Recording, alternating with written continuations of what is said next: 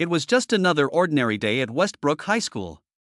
Students were bustling through the hallways, earbuds in, heads down, hardly noticing anything or anyone around them. But in the corner of the cafeteria, a familiar figure was quietly sweeping the floors, pushing the broom with the same steady rhythm he always did. His name was Mr. Thompson, the school janitor. Most of the students didn't even know his story. To them, he was just the old janitor, someone to joke about, someone invisible.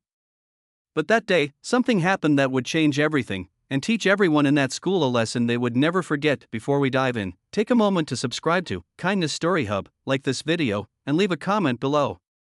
Your support helps us share more inspiring stories about the quiet power of kindness and human connection. Now, let's get to the story. Mr. Thompson had been working at Westbrook High for nearly 20 years. Over the decades, he had seen generations of students come and go, each group wrapped up in their own dramas, their own little worlds. And yet, he remained a constant presence, quietly keeping the school running. Most people barely noticed him. In fact, some laughed at him.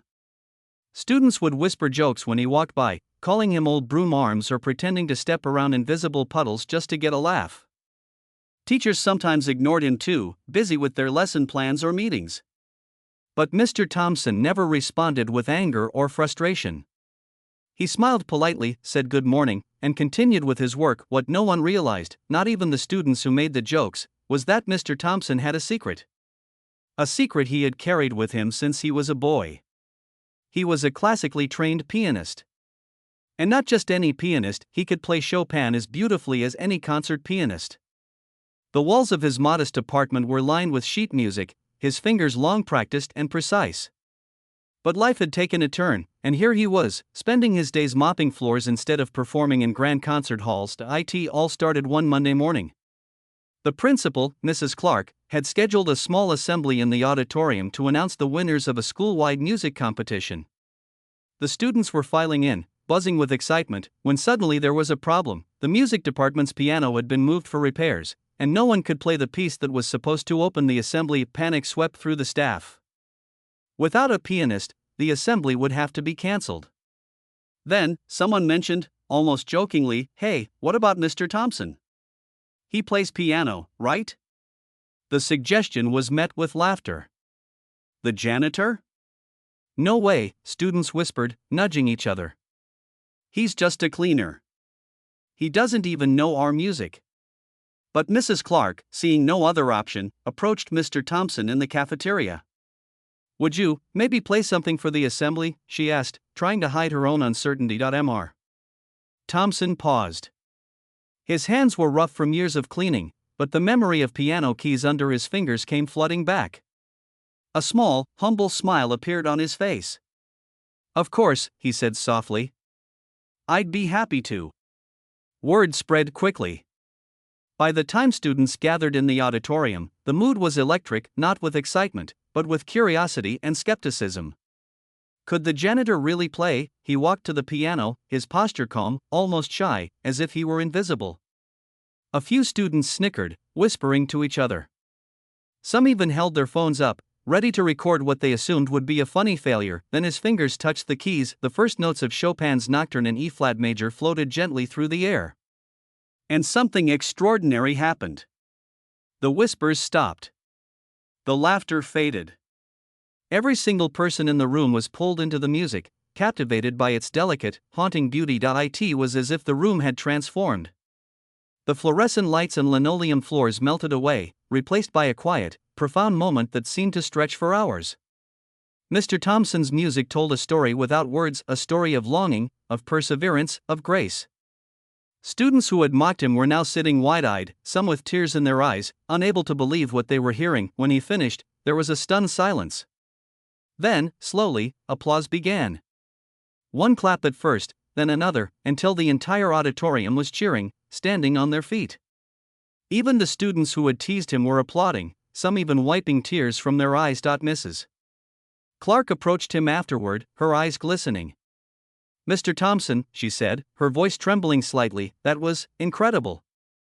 You've reminded all of us what true talent looks like, and how easily we overlook the people around us." He smiled and shrugged modestly. I've just been practicing quietly for a long time.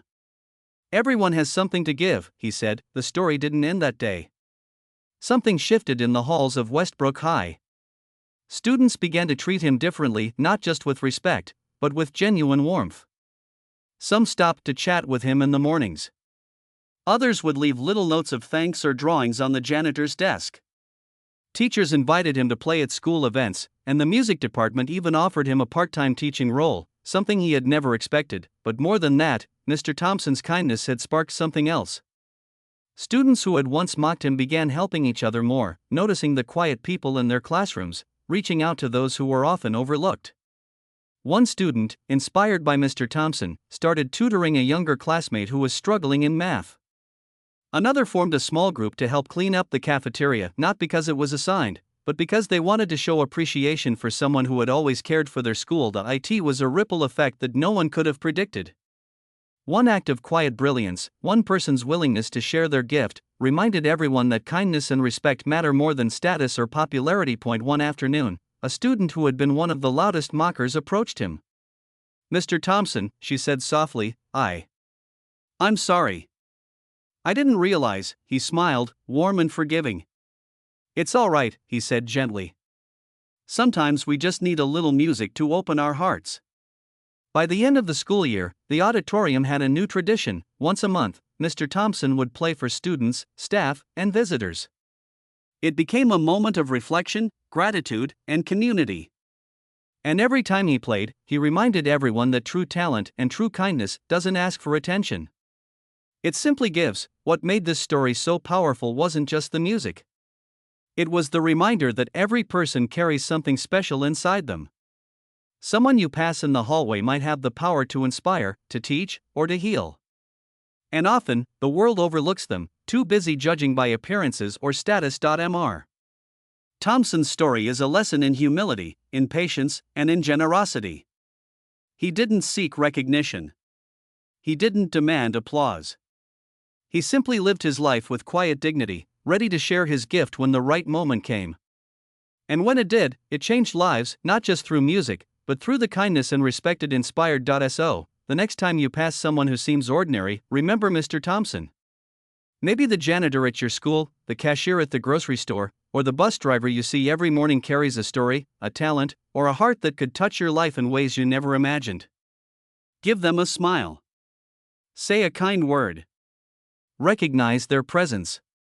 You never know whose life you might change or whose life might change yours. Conclusion: kindness doesn't have to be grand or flashy. Sometimes, it's as simple as giving someone a moment of your attention, a little patience, or a chance to shine. Mr. Thompson's story reminds us that every person has something valuable to offer, and that a single act of generosity, whether it's sharing music, offering help, or just being there, can ripple out in ways we can't imagine. So today, look around you. Notice the people others overlook.